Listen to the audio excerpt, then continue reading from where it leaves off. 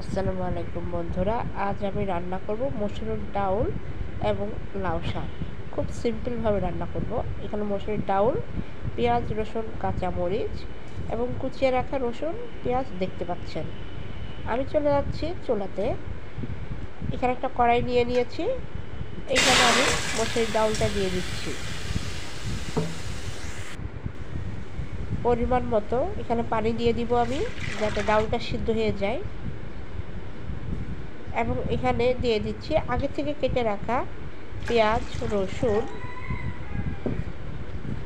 এবং কাঁচামরিচ, যা আমি আগে থেকে ধুয়ে রেখে দিয়েছি।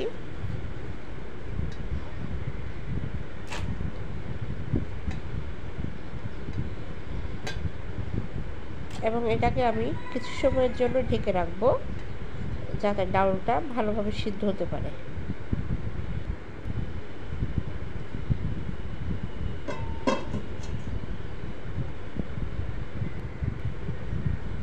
কিছু সময় পর এসে আমি উল্টিয়ে দেখছি ডাউলটা বেশ সিদ্ধ হয়ে আসছে, দেখতে পাচ্ছেন আপনারা।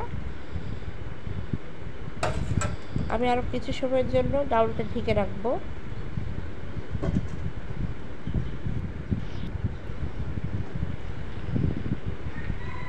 দেখতে পাচ্ছেন বন্ধুরা, ডাউলটা বেশ হয়ে গিয়েছে।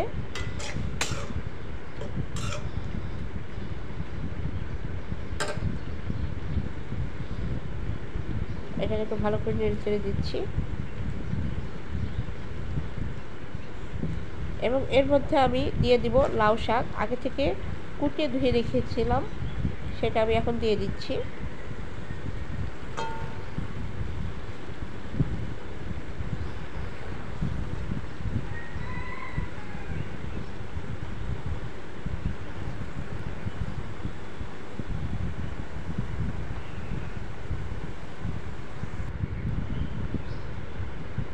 কিছু সময়ের জন্য এটাকে আমি এখানে হালকা একটু পানি দিয়ে দিচ্ছি,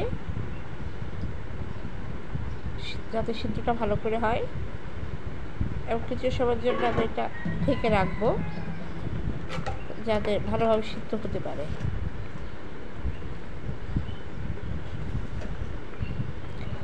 এখানে আমি একটু লবণ দিয়ে দিচ্ছি।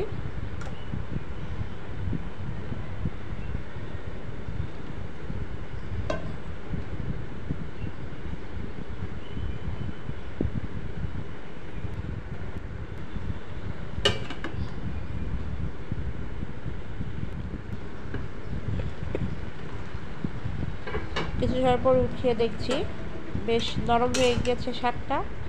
এখন এটাকে একটু ভালো করে নেড়ে চেড়ে দিতে হবে।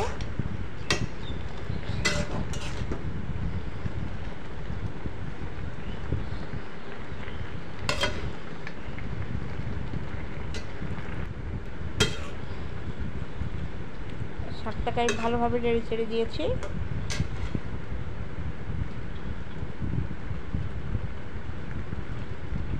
এখানে আমি দিয়ে দিচ্ছি ধনিয়ার গুঁড়া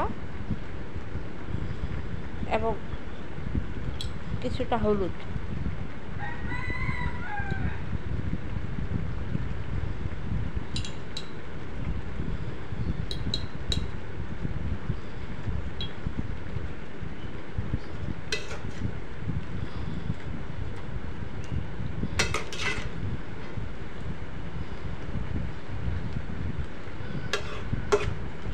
আবারও ভালোভাবে নেড়ে চেড়ে দিচ্ছি।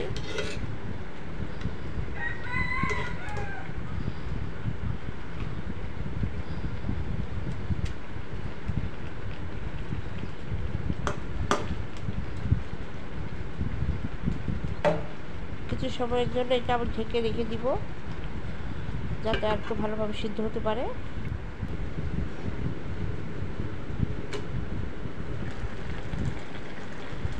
আমি আর কিছু সময় পরে ঢাকনাটা উঠিয়ে দিলাম।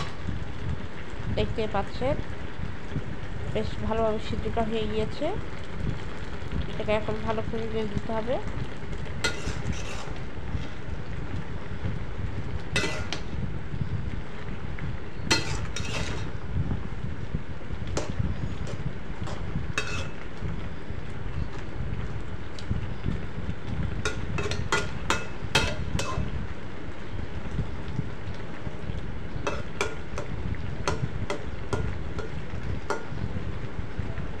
পানিটা আপনাদের ইচ্ছা অনুযায়ী দিতে পারেন। এখন আমি আবার একটু ঢেকে রেখে দিব।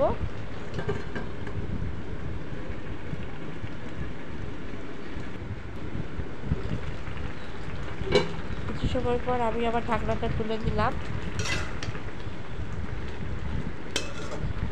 বেশ আমার শাকটা হয়ে আসছে।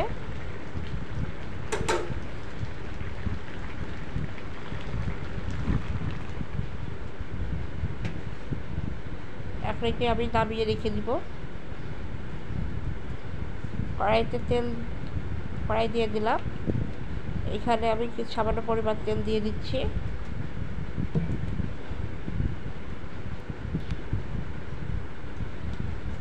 তেলটা গরম হওয়া পর্যন্ত একটু অপেক্ষা করতে হবে। এখানে আমি 2-3টা শুকনো মরিচ দিয়ে দিচ্ছি। যতক্ষণ না পর্যন্ত একটু লাল লাল হচ্ছে ততক্ষণ একটু নেড়ে দিতে হবে।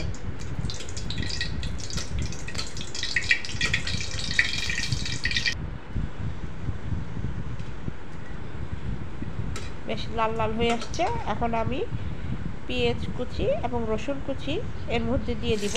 আপনাদের ইচ্ছা হলে এখানে দুটো তেজপাতাও ব্যবহার করতে পারেন, তবে আমি তেজপাতাটা ব্যবহার করে দিই।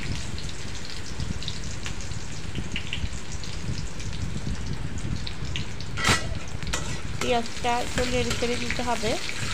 যতক্ষণ না পর্যন্ত লাল লাল ভাব হচ্ছে ততক্ষণ নাড়তে হবে।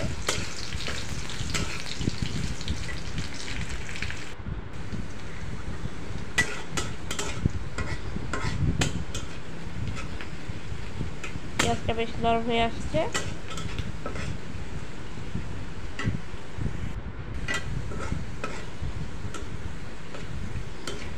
দেখতে পাচ্ছেন বন্ধুরা, পেঁয়াজটা লাল লাল চলে আসছে। এর মধ্যে আমি একটু জিরা দিয়ে দিলাম, আস্ত জিরা, যাতে ফ্লেভারটা খুব ভালো হয়। নাড়তে থাকবেন এভাবে।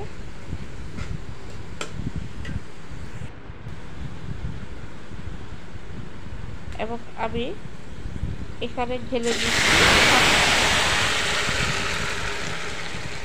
শাকটা ঢেলে দিলাম।